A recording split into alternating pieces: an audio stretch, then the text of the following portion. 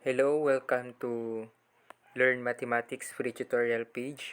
So this time, we will be discussing the last part of the conic sections, which is the hyperbola. Okay, so from the definition of the hyperbola, it is the locus of all points in the plane wherein the absolute difference of whose distances from two fixed points f1 and f2 is a constant. So the fixed point f1 and f2, that is what we call that is our focus. So always remember that the f1 and f2, that is our focus. And then this constant represents 2a, just like the ellipse. So in order for us to illustrate the definition of the hyperbola, okay, we will be draw the hyperbola. So for example, this is the graph of the hyperbola, and then we have, imagine that this is our foci. Ayan, so this is our F1 and then F2. So next we have here the point P. Ayan, so this is our point P. So from that hyperbola, we have the foci. Ayan, that is our F1 and then our F2.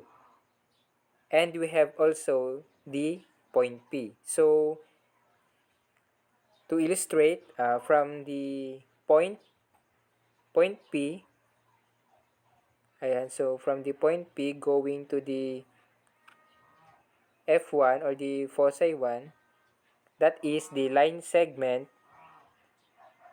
point P F1. And then from point P going to the F2, that is the line segment P F2. Ayan, so that is the definition of our hyperbola. And then ang sabi dyan is the absolute difference of whose distances.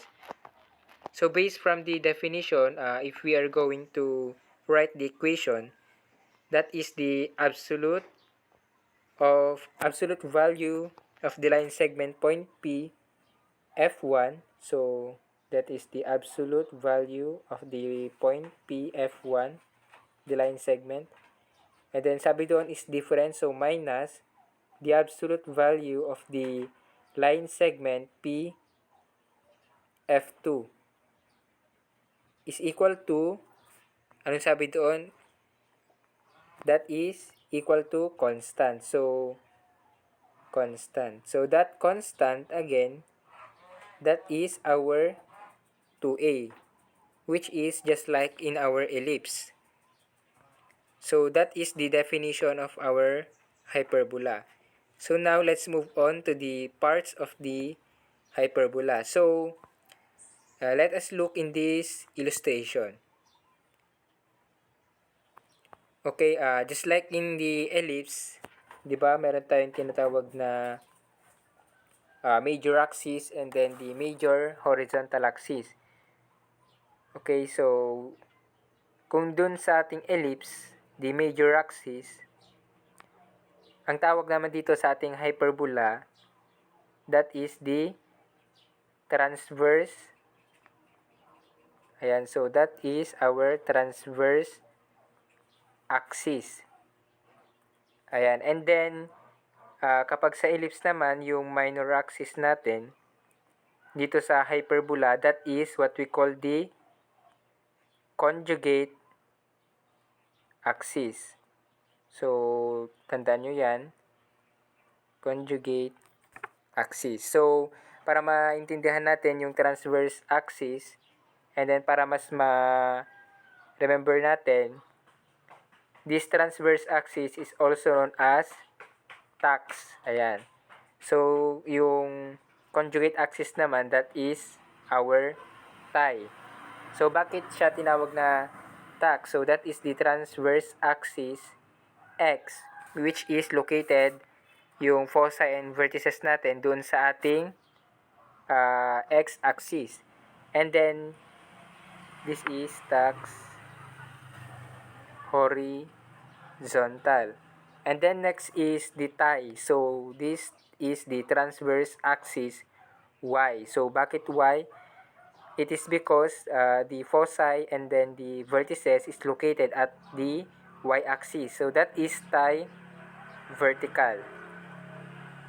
So para ma-discuss natin yung part ng ating hyperbola, tignan muna natin itong illustration niya.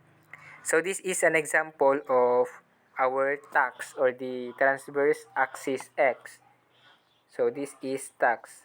It is because the F1 and then our F2, so yan yung F1 natin and then the F2, also the V1 or the V2, the vertices, is located at the x-axis. So ito yung x-axis natin na line. So the parts of the tax or the transverse axis x horizontal, so magkasama parati yung ating foci, which is the F1 and then the F2. And then the vertices, which is the V1 and then the V2. And then always remember na dito sa ating hyperbola, actually wala tayong tinatawag na covertices. And that covertices is our conjugate axis or symbolizes the letter or the variable b.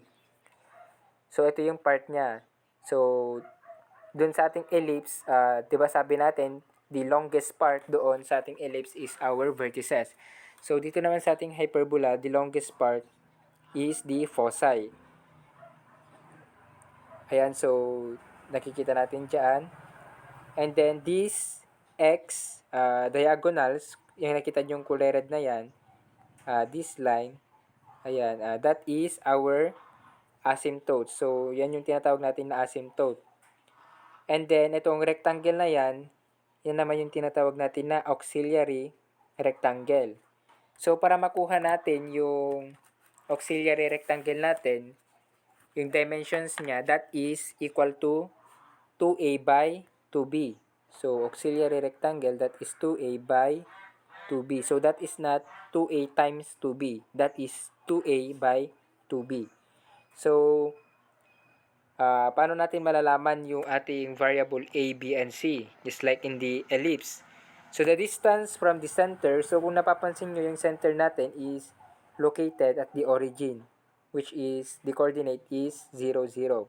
So the distance from the center to the any point of our vertices, either v1 or v2, that is our variable a. So the distance from our vertices to the center, ayan, so halimbawa vertex 2, the distance to center, that is a. Therefore, the length of the vertices, that is 2a. So a plus a is equal to 2a. And then next, the distance from the center going to the any point of the foci, that is represent the variable c. And then the length of the foci, always remember that is equal to 2c. And then next is the distance from the conjugate axis, ayan, or the covertices. So sabihin na natin na covertices yung conjugate natin, kasi yung conjugate natin is located, kapag tax, the location of the conjugate is located at the y-axis. So laging yun yung naiba, yung b variable natin. So the distance from the center going to that conjugate or the covertices symbolizes the variable b. So therefore, the length of that covertices or the conjugate axis, that is equal to 2b. Again, this is the tax or the transverse axis horizontal. So ito siya. That is our tax. And then the conjugate naman is ito siya. So that is our conjugate part. Kasi nakikita dyan sa y-axis na yan, located yung ating covertices or the conjugate axis y. Ayan. So, next, illustration naman, dito naman tayo sa ating tie. So, kapag tie naman, the opening of the graph is up and down. So, dun sa, dito kanina, the opening of the graph of the tax, that is left and then right. So, yan yung lagi niyong tatandaan. And then, kapag tie naman or the transverse axis y or vertical, that is the opening of the graph is located at, the opening of the graph is up and downward. So, that is tie vertical. So, kung nakikita nyo, kaya siya tinawag na transverse axis y or the conjugate axis, hindi pala conjugate axis, sorry. So, tie, transverse axis y, vertical, kasi nakita yung foci natin and then si vertices dito sa ating y-axis. Ito siya. Yan yung line natin. And then, yung conjugate axis naman natin is nakikita siya sa ating x-axis. That is the W1 and then the W2. And then, repeat natin, the distance from the center, the distance from the center going to the vertices or the vertex, any point, that is represent the variable a. Ayan, so that is a. And then, from the foci going to the center, any point from the foci, that is c. So, kung napapansin nyo, siya yung pinakamahaba. Kaya, the longest part sa ating hyperbola is our foci. And then, again, the distance from the center going to any point of our conjugate axis or the covertices, that is b. And then, the length is 2b. So, paano na natin makukuha yung ating A, B, and C? Gagamitin natin yung tinatawag natin na triangle inequality, which is equal to C squared. The formula is C squared is equal to A squared plus B squared. So, kapag nawawala yung C natin, ito yung gagamitin natin na formula. And then, kapag hinahanap naman natin si A, mag-derive lang tayo dito sa ating general formula. So, A squared is equal to, lipat natin yan dyan, that is C squared minus B squared. So, kapag nawawala naman si B squared natin, or si variable B, ililipat naman natin yung ating A sa kabila, sa left side. So, that is C squared minus A squared. So, ito yung lagi niyong tatandaan na formula in getting the values of our variable A, B, and C. And then, next, lagi nyo rin tatandaan na the intersection of our diagonals or the asymptotes, so itong red line na to, itong x, ayan, the intersection, yung pinakagitna niya is tinatawag natin na center. So, let's move on to the formula. So, ano yung formula natin para mahanap si foci, vertices, and then covertices kapag siya ay tax or tie. So, for the tax or the transverse axis x, horizontal, ayan. So, yung formula natin in getting the foci, that is, wait lang pala, tax horizontal if the center is located at the origin. So, tax at origin. Ayan. So, tax horizontal, center at origin. So, ang formula natin, getting the foci, since located siya sa ating x-axis, ang nagbabago ng value natin is yung ating x coordinate. So, that is 0, wait lang. Yung foci natin, that is C. So, plus, minus C, A, ay 0, And then, the vertices, that is plus, minus A, 0. And then, yung ating covertices or the conjugate axis, the W, that is located at y-axis. So, 0, plus, minus, B. So, kung napapansin nyo sa tax natin, ang nagbabago ay yung ating x coordinates. So, kapag tax naman, tie. So, kapag tie vertical,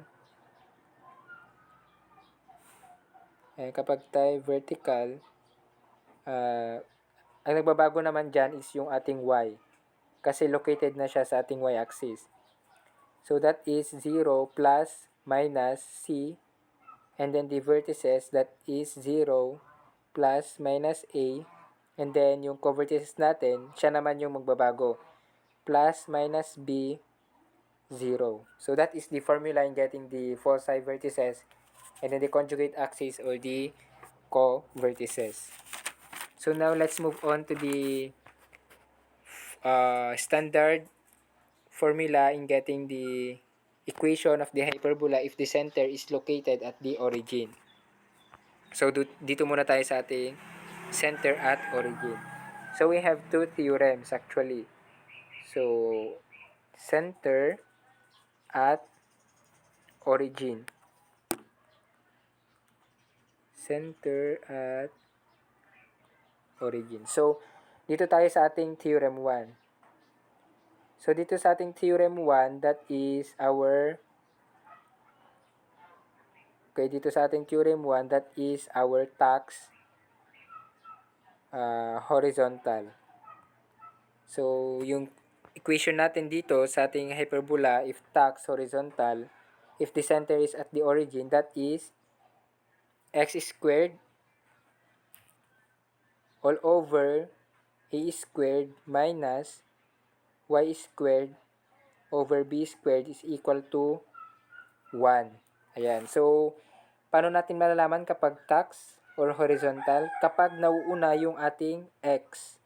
The positive is x. And then, kapag nauna naman yung y natin, yun na yung ating tinatawag na tie. So, again, ang clue natin para ma-identify natin yung equation, if that is transverse axis horizontal or transverse axis vertical, kapag nauna yung x, that is tax, and then kapag nauna yung y, that is tie. And then, paano naman natin makukuha yung asymptotes ng ating tax? So, para makuha natin yung asymptotes ng ating tax is gamitin natin yung equation natin na yun, pero that is equal to 0, not equal to 1. So, x squared over a squared minus y squared over b squared is equal to 0. So, ito yung ating asymptote para makuha natin yung ating diagonals. So, asymptotes. Ayan. So, next, ang gagawin natin is ilipat natin itong equation na yan dyan sa ating right side. So, that is x squared is equal to a squared is equal to y squared over b squared. So, yung negative natin magiging positive. And then next, ang lagi niyong tatandaan is dapat matitira yung ating y. Kasi ang equation ng ating asymptote, that is y is equal to yung either a or b over a, or the x minus h kapag yung center na natin is not anymore at the origin.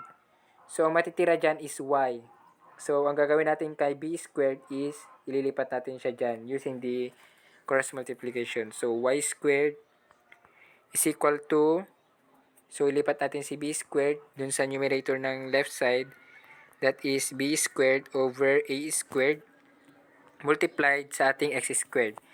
So, para maalis yung ating squared or the power or the exponent is ano natin siya sa square root. So, cancel. So, magiging y na lang. So, alisin natin yung mga yan. So, the answer or the asymptotes or the equation of the asymptotes of the tax horizontal if the center at the origin is equal to y is equal to b over a multiplied to x. Okay, don't forget pala yung ating plus minus sign kasi square root yan. Next is the theorem 2, which is our tie. Ayan, so yung tie naman ang isolve natin. So for our theorem 2,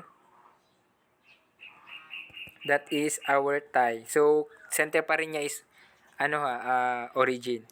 So tie vertical. So the formula naman dito is nauuna naman yung ating y. So y squared over a squared minus x squared over b squared is equal to 1. So ito yung ating equation kasi nauna si y. That is tayo na automatic. Okay, so paano natin makukuha yung asymptotes niyan ng ating tie having the center at the origin? So, the asymptotes or the diagonals, ayan, so asymptotes, gagamitin natin yung formula natin or yung standard equation natin na yan. So, y squared over a squared minus x squared over b squared is equal to 0. So, transpose to the right side, that becomes y squared over a squared minus, equals x squared over b squared. So, once again, matitira is y. So, ilipat naman natin ito doon sa right side. So, yan ay magiging y squared is equal to a squared over b squared multiplied to our x squared. So, equate to, ayan, so square root natin para makancel yung power or the exponent. Y is equal to positive negative a over b times our x. So, this is the formula of the asymptotes if the hyperbola is tie.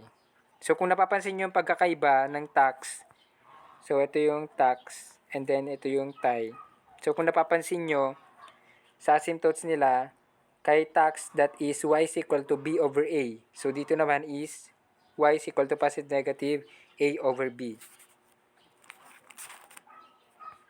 And then next is, doon naman tayo sa ating center located at HK. So, hindi na siya located sa ating origin. So, ano yung magiging formula natin? Okay, so if the center at HK. Ayan, so center at HK. So, ibig sabihin, hindi na siya located sa ating origin. So, we have the theorem 1. So, yung theorem 1 natin is our tax horizontal.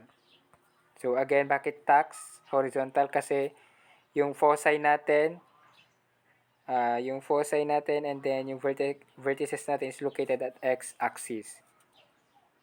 So, the formula naman dito, if located at HK, yung ating center, hindi na siya x squared over a squared, kundi x minus h squared over a squared minus y minus k squared over b squared is equal to 1.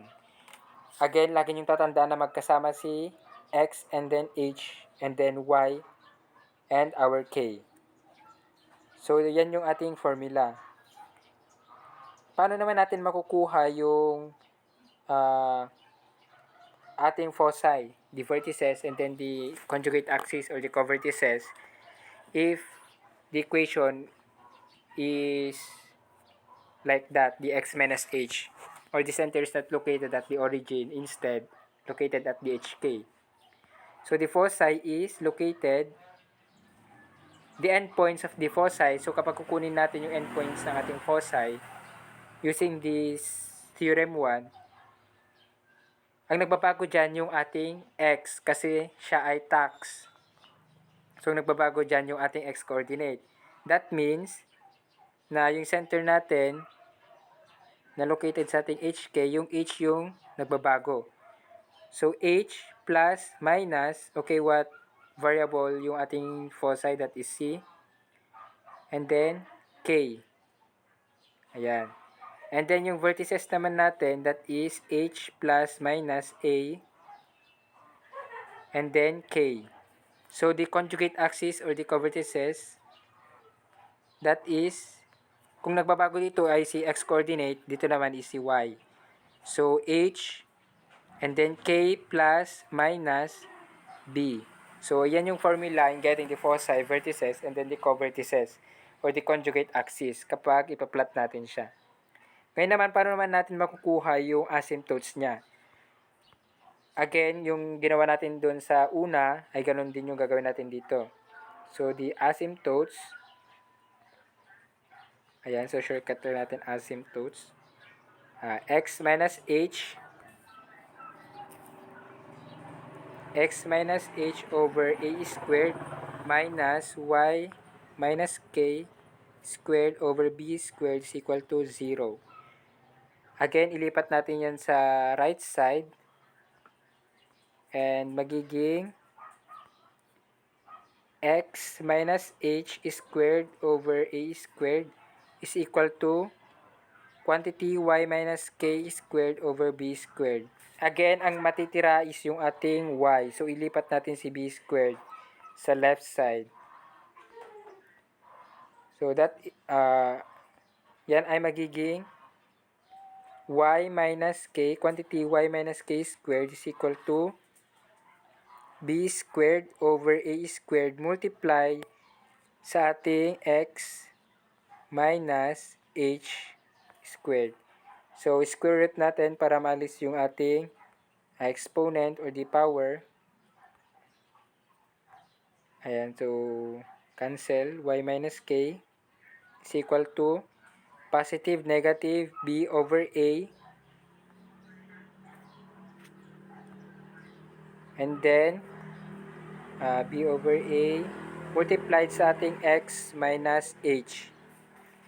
And then, para matira yung ating y dito sa left side is itratranspose natin si k sa ating right side.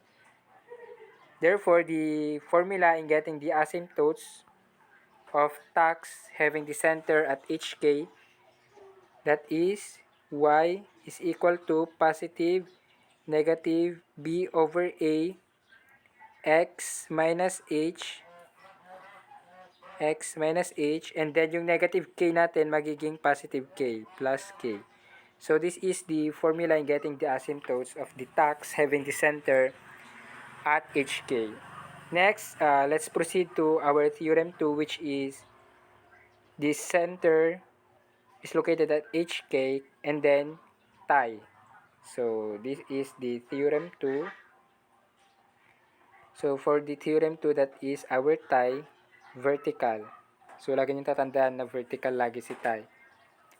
And then the equation now is, kung doon ang nauna is x minus h, dito naman is si y minus k. Quantity y minus k over a squared minus x minus h, quantity x minus h squared over b squared is equal to 1. So, paano naman makukuha yung ating foci, the endpoints of the foci, vertices, and then the conjugate axis? So, for the foci, kung doon, lagi nyo tatandaan na kapag tax ang nagbabago is si x coordinates. And then, kapag tie naman is our y. So, that is h, k plus minus c. And then, the vertices, that is h, k plus minus a. And then, yung ating conjugate axis, or the w, is yung x naman ang nagbabago sa kanya. So, h plus minus b k. So, yan yung formula in getting the endpoints of the foci, vertices, and then the co-vertices. Now, paano naman natin makukuha yung equation ng ating asymptotes? So, in getting the asymptotes or the diagonals, derive natin ulit sa ating equation, quantity y minus k over a squared minus the quantity x minus h squared over the b squared is equal to 0. Again, transpose to the right side.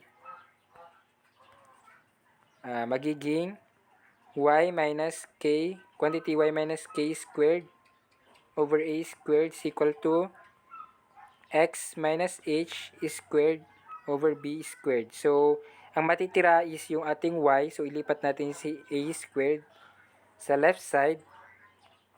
Therefore, yan ay magiging y minus k, quantity y minus k squared is equal to a squared over b squared multiplied to quantity x minus h squared. So, square root natin to remove the exponent or the power.